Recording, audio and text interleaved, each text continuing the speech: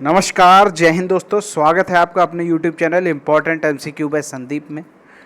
दोस्तों, जैसा कि जानते हैं आप कि हम लोग DLED 4th सेमेस्टर की तैयारी कर रहे हैं और इसी के अंतर्गत आज हम सामाजिक अध्ययन का वीडियो अपलोड करने जा रहे हैं। इस वीडियो में हम BTC 2013, 14, 15, 17 बैच के जो पेपर आए थे चतुर्थ सेमेस्टर में सामाजिक अध्ययन के, इनका हम पार्ट 2 अपलोड करने जा रहे हैं। इससे पहले हम पार्ट 1 अपलोड कर चुके हैं। वहाँ पर हमने इन सभी पेपर्स के बहुविकल्पी प्रश्नों को सॉल्व करके बताया था। आज हम यहाँ पर अति लघुत्तरीय प्रश्नों को सॉल्व करेंगे। एक एक प्रश्न ध्यान से देखिए, क्योंकि उससे संबंधित फैक्ट्स भी हैं, वो भी मैं आपको बताता चलूँगा। कोई भी प्रश्न छूटना नहीं चाहिए और जितने भी प्रश्न हैं उन सभी से संबंधित जितना भी बेसिक्स है वो भी मैं आपको क्लियर कर दूंगा। चलिए शुरू करते हैं आज का वीडियो को शुरू करने से पहले अगर आपने अभी तक चैनल को सब्सक्राइब नहीं किया है तो चैनल को सब्सक्राइब कर लीजिए, घंटी का निशान दबा लीजिए ताकि आने वाले सभी वीडियोस का नोटिफिकेशन आपके पास सबसे पहले मिल जाए। तो ये प्रश्न पत्र बैच 2013 में जो वर्ष 2017 में पूछा गया है, ये बैच 2013 का है। यहाँ पर जो प्रश्न है, पूना समझौता किसके किसके बीच हुआ। पूना समझौता किसके किसके बीच हुआ, इसी को हम पूना पैक्ट के नाम से भी जानते हैं, याद रखिएगा, पूना पैक्ट के नाम से जानते हैं। और ये जो पूना पैक्ट है ये हुआ था 24 सितंबर 1932 को, याद रखना है, 24 सितंबर 1932 को हुआ था भीमराव अंबेडकर और महात्मा गांधी के बीच में। याद रखेगा, भीमराव अंबेडकर और महात्मा गांधी के बीच में पूना समझौता हुआ था 24 सितंबर 1932 को। बढ़ते हैं अगले प्रश्न की तरफ। आर्य समाज के दो सिद्धांत बताइए। तो आर्य समाज की स्थापना जो थी वो 10 अप्रैल 1875 को स्वामी दयानंद सरस्वती के द्वारा की गई थी। और आर्य समाज के कई सिद्धांत है, यहाँ पर जो हम दो सिद्धांत आपको बता देते हैं। प्रत्येक मनुष्य को सच्चा ज्ञान प्राप्त करना चाहिए और वेदों में ही सच्चा ज्ञान दिया है। समस्त जीवों की भलाई हेतु ही कार्य करना चाहिए। ढेर सारे सिद्धांत है, आप कोई भी दो लिख दीजिए। अगला जो प्रश्न है, सत्यार्थ प्रकाश किसकी रचना है। सत्यार्थ प्रकाश जो है वो भी 1875 में प्रकाशित हुई थी। किसके द्वारा लिखी गई, आपके दयानंद सरस्वती। और इनका एक मशहूर नारा है, दयानंद सरस्वती जी का, वेदों की ओर लौटो। याद रखिएगा। अगला जो प्रश्न है, उदारवादी आंदोलन के दो नेताओं के नाम लिखो। यहाँ पर दो नेताओं के नाम लिखो। कभी भी उदारवादी की बात है तो आपको एक चीज याद होनी चाहिए, लाल, बाल और पाल। ठीक है, लाल, बाल, पाल ये प्रमुख नेता है। लाल से हो गया लाला लाजपत राय, बाल से हो गया बाल गंगाधर तिलक और पाल से हो गया विपिन चंद्र पाल। ये तो हो गए प्रमुख नेता। और भी कितने नेता हैं उदारवादी आंदोलन के, चाहे तो आप लिख सकते हैं, दादा भाई नेहरूजी, गोपाल कृष्ण गोखले, सुरेंद्र नाथ बनर्जी, ये सब भी नेता उदारवादी आंदोलन के थे। बढ़ते हैं अगले प्रश्न की तरफ। असहयोग आंदोलन कब और किसने चलाया। तो असहयोग आंदोलन कब चलाया गया, 5 सितंबर 1920 को। किसने चलाया, गांधी जी ने चलाया। याद रखिएगा, महात्मा गांधी जी के द्वारा चलाया गया। इसमें क्या हुआ था कि असहयोग आंदोलन में गांधी जी ने कहा था कि अंग्रेजों के किसी भी कार्य, किसी भी व्यापार में हमें सहयोग नहीं करना है। ठीक है, असहयोग करना है, पूरी तरह से अंग्रेजों के साथ असहयोग करना है। अगला जो प्रश्न है, सुधार आंदोलन के दो प्रभाव बताइए। सुधार आंदोलन जब चलाया गया तो इसके क्या प्रभाव हुए, दो प्रभाव। धर्म के प्रति लोग जागरूक होने लगे थे और समाज में व्याप्त कुरीतियों का विरोध किया जाने लगा था। ये सुधार आंदोलन के प्रभाव है। पंचशील सिद्धांत के प्रतिपादक कौन थे। पंचशील सिद्धांत के प्रतिपादक हैं JL नेहरू, यानी जवाहरलाल नेहरू। और कब हुआ था, 1954 में पंचशील सिद्धांत आए थे। अगला जो प्रश्न है, यूनेस्को के दो कार्य लिखो। अब यूनेस्को के दो कार्य देखिए, यूनेस्को जो है वो एक अंतर्राष्ट्रीय संस्था है और इसका जो प्रमुख कार्य है विश्व में अंतर्राष्ट्रीय शांति को बढ़ावा देना। दूसरा हम कार्य कह सकते हैं शिक्षा, प्रकृति विज्ञान के मामलों को प्रोत्साहन देना। तीसरा पॉइंट हम कह सकते हैं कि वैश्विक धरोहर के संरक्षण में सहयोग करना। ये यूनेस्को के कार्य हैं। अब यहाँ से एक प्रश्न और उठता है कि जो यूनेस्को का सदस्य भारत बना कब था। जो भारत था वो यूनेस्को का सदस्य कब बना, वो बना था 4 नवंबर 1945 को। याद रखिएगा, प्रश्न उठ सकता है यहाँ पर कि यूनेस्को का सदस्य भारत कब बना, 4 नवंबर 1945। बढ़ते हैं अगले प्रश्न की तरफ। प्रश्न संख्या 24 है, गुट निरपेक्ष देशों का प्रथम सम्मेलन कहाँ हुआ। गुट निरपेक्ष देशों का सम्मेलन 1961 में हुआ। कहाँ हुआ था? बेलग्रेड में, याद रहेगा, बेलग्रेड में हुआ था 1961 में। अब यहाँ पर एक प्रश्न और उठता है कि भारत की ओर से गुटनिरपेक्ष देशों के प्रथम सम्मेलन में किसने भाग लिया? भारत की ओर से बात हो रही है तो वो थे पंडित जवाहरलाल नेहरू। ठीक है, चलिए आगे देखते हैं। अगला जो प्रश्न है 25 नंबर, जनसंख्या घनत्व से क्या तात्पर्य है? प्रति इकाई क्षेत्रफल, प्रति इकाई क्षेत्रफल पर निवास करने वाली जनसंख्या का जो मापन है वही जनसंख्या घनत्व कहलाता है। मान लीजिए कि 1 किलोमीटर, 1 वर्ग किलोमीटर क्षेत्रफल में मान लीजिए 1000 लोग रहते हैं, तो वहाँ पर जो जनसंख्या घनत्व होगा वो 1000 होगा। याद रखेंगे, प्रति इकाई क्षेत्रफल, प्रति इकाई क्षेत्रफल पर निवास करने वाली जनसंख्या का माप करना जनसंख्या घनत्व कहलाता है। अगला जो पॉइंट है 26 नंबर, बेरोजगारी कम करने के 2 उपाय। आपको ढेर सारे मालूम होंगे, चलिए मैं भी कुछ बता देता हूँ। सबसे पहला जो मेन पॉइंट है, जनसंख्या वृद्धि पर अंकुश लगाना होगा।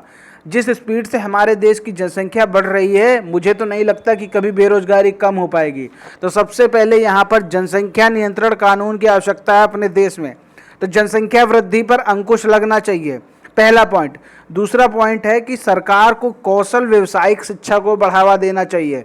ठीक है, ये नहीं कि जैसा परंपरागत शिक्षा चल रही है कि 10th कर लिया, 12th कर लिया, बीएससी, एमए जो भी करना है सब एक लाइन से करते जा रहे हैं, डिग्री लेते जा रहे हैं, कोई मतलब नहीं उसका। मतलब क्या है कि अगर आप कोई व्यवसायिक शिक्षा ले रहे हैं तो वो ज़्यादा ज़रूरी है। जैसे आप बी फार्मा कर लीजिए, आप बीटीसी बीएड कर लीजिए। ठीक है, ये नहीं कि आपको बस एमए बीए करके बैठ गए और बोल रहे हैं मुझे नौकरी नहीं मिल रही, बेरोजगार है। कुटीर उद्योगों को बढ़ावा देना चाहिए अगर बेरोजगारी कम कर रहे हैं। कुटीर उद्योग क्या होते हैं वो अभी मैं आपको बताऊंगा, आगे प्रश्न भी है यहाँ पर। अब यहाँ पर और एक जो प्रमुख पॉइंट है कि चीन के व्यापार की भारत में रोकना चाहिए। जो चीन का व्यापार है भारत में बहुत तेजी से बढ़ रहा है, उसको पूरी तरह से बैन करना चाहिए। ऐसा मैं क्यों कह रहा हूँ? क्योंकि जो चीन का व्यापार है वो भारत के व्यापार को पूरी तरह से नष्ट कर देता है। बहुत ही लो क्वालिटी का माल आता है बाहर से और अपने देश में बहुत ही कम दामों पर बिकता है, जिससे क्या होता है कि जो भारत में बना माल है वो बिक नहीं पाता है। तो इससे क्या है, इससे भी बेरोजगारी बढ़ रही। तो ये बेरोजगारी कम करने के उपाय हो गए। अब 27 नंबर देखिए, मानसूनी जलवायु की 2 विशेषताएं हैं। मानसूनी जलवायु की विशेषताएं क्या है?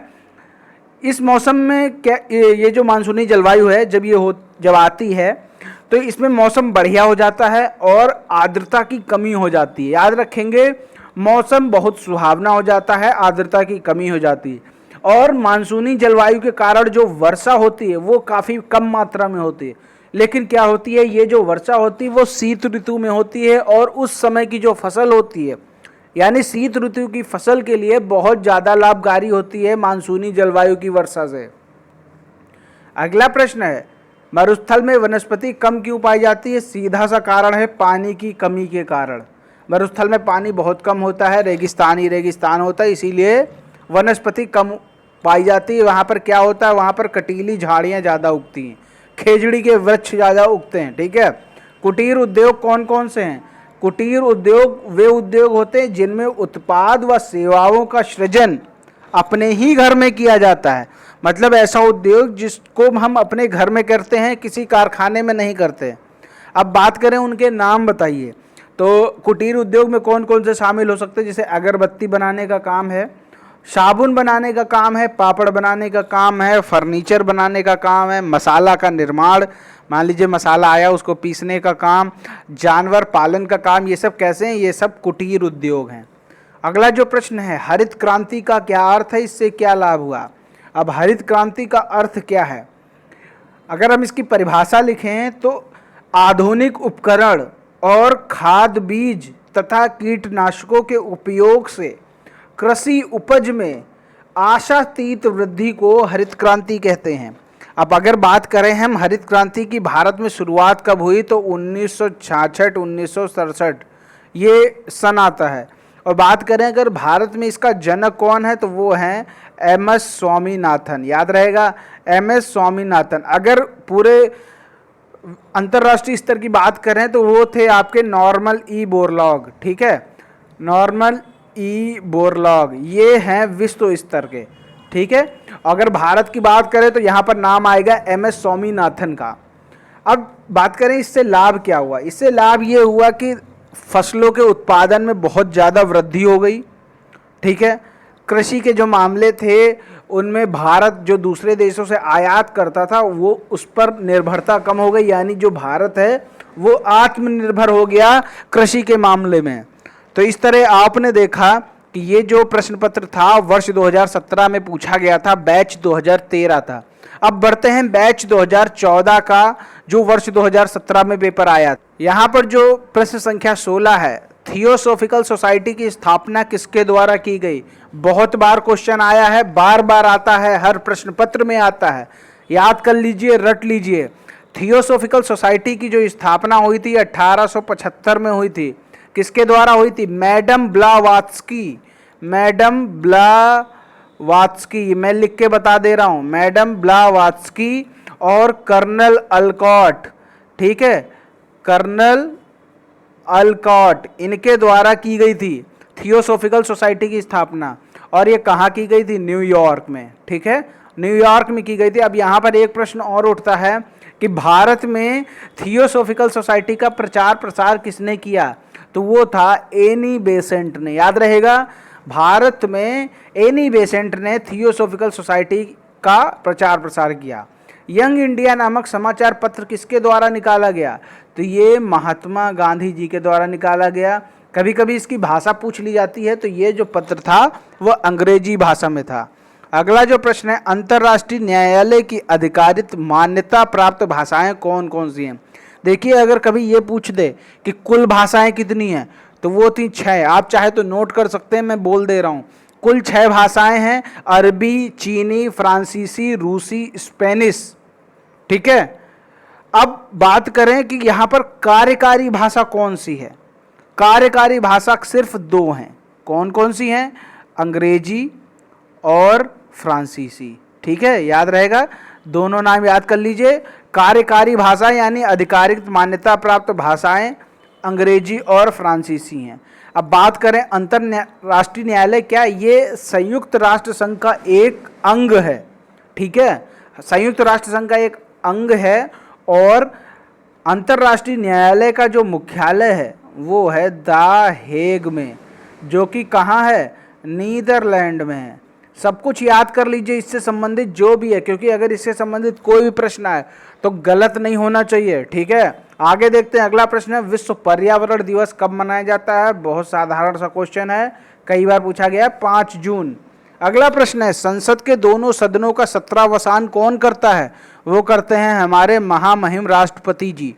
अगला जो प्रश्न है, उत्तर प्रदेश की प्रमुख जनजातियां कौन कौन सी हैं।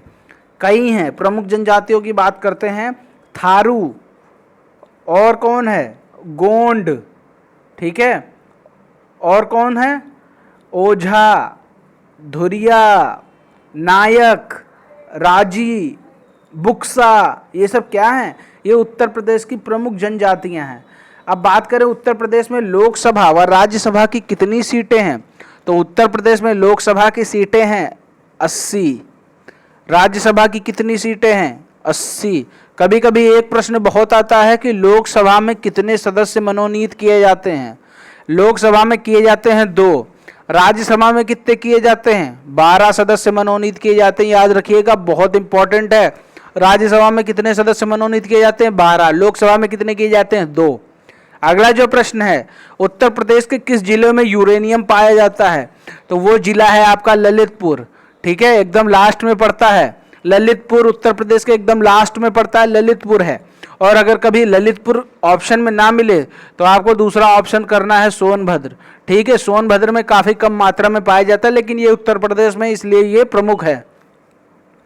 तो सबसे जो प्रमुख है यूरेनियम के मामले में ललितपुर, और दूसरे नंबर पे सोनभद्र हम कह सकते हैं। अगला प्रश्न है, वनोन्मूलन का पर्यावरण पर क्या प्रभाव पड़ता है। वनोन्मूलन मतलब वन का उन्मूलन, यानी वन को काटना, जड़ से उखाड़ फेंकना, ये होता है वन उन्मूलन। इसका क्या प्रभाव पड़ेगा, ये तो आप बखूबी जानते हैं। क्या होगा, मृदा अपरदन बहुत ज़्यादा होने लगेगा। ठीक है, मिट्टी क्या, जो बाढ़ होगी, जो पानी होगा वो मिट्टी को बहा कर ले जाएगा। तो इससे क्या होगा, मृदा अपरदन होगा। और अचानक से बाढ़ें आ जाया करेंगी, बाढ़ आ जाएगी, सबको तहस नहस कर दिया जाएगा। ग्लोबल वार्मिंग बढ़ेगी, यानी जो हमारी पृथ्वी है उसका टेम्परेचर बढ़ जाएगा। और जैव विविधता में कमी आएगी, यानी जो पेड़ पौधे हैं जब इन्हों को काट देंगे तो ये सब कम होते जाएंगे। ठीक है, इससे क्या होगा, हमारा जीवन भी दिन पर दिन खतरे में आता जाएगा। अगला प्रश्न है, भारत का राज चिन्ह अशोक स्तंभ, सिंह स्तंभ कहाँ से अनुकृत किया गया है? ये किया गया है सारनाथ उत्तर प्रदेश में स्थित अशोक स्तंभ से। ठीक है, इसको बनवाया किसने था? 250 ईसा पूर्व में महान सम्राट अशोक ने इसको बनवाया था। अगला प्रश्न है, उत्तर प्रदेश की प्रमुख नदियों का लंबाई को घटते हुए क्रम से लिखिए। यानी जो सबसे बड़ा है, सबसे बड़ा कौन है? गंगा सबसे लंबी है, उत्तर प्रदेश की बात हो रही। फिर उसके बाद कौन है? यमुना। ठीक है, फिर यमुना के बाद हम किसका नाम ले सकते हैं? घाघरा का। ठीक है, घाघरा के बाद हम किसका नाम ले सकते हैं? चंबल का। चंबल के बाद गोमती, गोमती के बाद सोन नदी। ठीक है, और इसी तरह कई नदियों के नाम लिख सकते हैं जो इनसे छोटी होती हैं, राप्ती, फिर उससे छोटी है गंडक। ठीक है, ये चाहे आप पूरा सीरियल क्रम नोट कर सकते हैं। ठीक है, गंगा सबसे लंबी है, करीबन 2700 किलोमीटर अब हो चुकी है। Yamuna 1376 kilometre, Ghaghara 1080 kilometre, Chambal 966 kilometre, Gomti 940 kilometre, Son नदी सोन नदी जो है वो 784, राप्ती 640, गंडक आपकी 630। अब इसके बाद आता है नंबर रामगंगा का। रामगंगा कितनी है? 590। उसके बाद आता है शारदा का नंबर, शारदा कितनी? 480। तो ये पूरा सीरियल है, आप अगर 5 भी लिख देंगे तब भी आपको 1 नंबर मिल जाएगा। अगला जो प्रश्न है, भूस्खलन से क्या तात्पर्य है? भूस्खलन को अंग्रेजी में कहते हैं लैंड स्लाइड। अब लैंड स्लाइड से आप समझ गए होंगे कि भूस्खलन का क्या मतलब है। जब बड़ी बड़ी चट्टानें, या फिर कह सकते हैं कि कोई बड़ा पत्थर, या कह सकते हैं पथरीली मिट्टी का बहाव हो गया, अगर ये सब अपनी जगह से खिसकते हैं, यानी धरातली हलचल होती है, तो ये क्या होंगे? ये सब भूस्खलन के अंतर्गत आते हैं। इसकी एक परिभाषा हम लिख सकते हैं, सीधी परिभाषा, भूस्खलन एक भूवैज्ञानिक घटना है। धरातली हलचल जैसे पत्थर खिसकना या गिरना, पथरीली मिट्टी का बहाव इत्यादि इसके अंतर्गत आते हैं। अब बात करें भूस्खलन का कारण क्या हो सकता है? भारी वर्षा या बाढ़ या फिर भूकंप के आने से भूस्खलन होता है। तो यहाँ पर ये चीज आप क्लियर हो गई, भूस्खलन। देखिए, जितने भी प्रश्न हम पढ़ेंगे सबके बारे में अच्छे से चर्चा करेंगे, ताकि इससे संबंधित भी अगर कोई क्वेश्चन आ जाए तो वो गलत नहीं होना चाहिए। अगला प्रश्न है, उत्तर प्रदेश की प्रमुख 2 विद्युत परियोजनाओं के नाम लिखो। देखो, 2 विद्युत परियोजना के नाम पूछ रहा है, हम आपको कई बता देते हैं, जिससे क्या होगा कि आपको जो याद रहे आप वो लिख सकते हैं। जैसे हम कह सकते हैं रिहंद परियोजना। ठीक है, आप कह सकते हैं शारदा जल विद्युत परियोजना, कह सकते हैं सिंगरौली ताप परियोजना। ठीक है, सिंगरौली ताप परियोजना, गंडक परियोजना। ठीक है, इसी तरह कह सकते हैं रोजा ताप विद्युत, रोजा तो आपने खूब सुना होगा, शाहजहांपुर में रोजा ताप विद्युत परियोजना, माता टीला विद्युत परियोजना। ठीक है, गंगा विद्युत क्रम, ये सब क्या है? ये सब विद्युत परियोजना है। अगला प्रश्न है, उत्तर प्रदेश, ये क्वेश्चन हो गया, प्रश्न संख्या 29, उत्तर प्रदेश में प्रमुख आयात क्या? आयात क्या होता है आपको मालूम होना चाहिए। जब हम किसी, अब यहाँ पर उत्तर प्रदेश यानी राज्य की बात हो रही, तो हम क्या कह सकते हैं, किसी दूसरे राज्य से अगर हम अपने राज्य में कुछ सामान मंगाते हैं तो वो आयात कहलाता है। यानी कुछ मंगाना वो आयात होता है, कुछ भेजना निर्यात होता है। याद रहेगा, आयात क्या क्या हम करते हैं? आयात करते हैं, जैसे हम कह सकते हैं कोयला। ठीक है, कोयला हम आयात करते हैं, प्याज, दाल, मसाले, ठीक है, तिलहन, ये सब चीजें क्या हैं? ये सब हम आयात करते हैं दूसरे राज्यों से। अगला प्रश्न है, पर्यावरण की एक परिभाषा लिखो। शांतिपूर्वक इसका परिभाषा लिख सकते हैं, जैसे पर्यावरण उन सभी भौतिक, रासायनिक अथवा परितंत्रीय आबादी को प्रभावित करते हैं तथा उनके रूप, जीवन और जीविता को तय करते हैं। यहाँ पर पर्यावरण की परिभाषा लिख सकते हैं, या फिर हम इसको हम अपने आप से भी बनाकर लिख सकते हैं। जैसे हम कह सकते हैं पर्यावरण को हम दो शब्दों में विभाजित कर सकते हैं, परि प्लस आवरण। परि का अर्थ होता है आसपास का एरिया, ठीक है। तो इसका क्या अर्थ है, पर्यावरण का क्या अर्थ होगा, पर्यावरण का अर्थ होगा कि हमारे चारों ओर जो कुछ भी है वो सब क्या है, पर्यावरण है, ठीक है। याद रहेगा, पर्यावरण की परिभाषा सिंपल सी है, आप बना के भी लिख देंगे तो आपको नंबर मिल जाएगा, केवल उसका जो मेन अर्थ है वो सही होना चाहिए। तो उम्मीद करता हूं कि वर्ष 2017 में जो दोनों पेपर आए थे, बैच 2013 का और बैच 2014 का, जितने भी प्रश्न थे आपको अच्छे से समझ में आ गए होंगे। अगर फिर भी आपको कोई समस्या होती है तो आप हमें नीचे कमेंट बॉक्स में बता सकते हैं। इसके आगे के जो प्रश्न हैं, जैसे हम कह सकते हैं बैच 2015 और बैच 2017 के जो चतुर्थ सेमेस्टर के सामाजिक अध्ययन का पेपर आया था, उसको हम अगले वीडियो में कवर करेंगे।